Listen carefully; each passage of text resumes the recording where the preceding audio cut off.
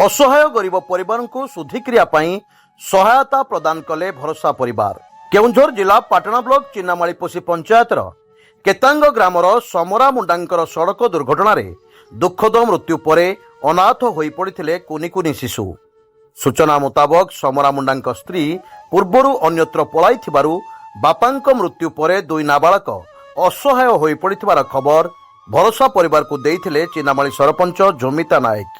खबर पाई भरोसा परिवार राज्य सभापति प्रताप राय प्रत्यक्ष तत्वावधान में शुद्धि क्रियार सहयोग नहीं उपस्थित रही बापुन कुमार महंत, स्नेहलता नायक, सुमंत बारिक, वैद्यनाथ नायक, भारती भोई, सरपंच झुमती नायक सहित वार्ड सभ्य फकीर नायक, गणमाध्यम प्रतिनिधि दशरथ बारिक उपस्थित रही उभय असहाय नाबालक शुद्धि क्रियार सहायता प्रदान करथिले।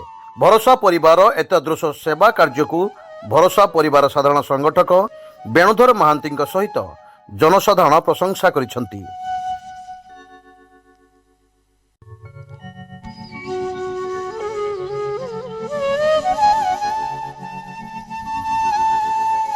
केउंझरु दशरथ बारिकी रिपोर्ट, स्वतंत्र ओडिशा लाइव।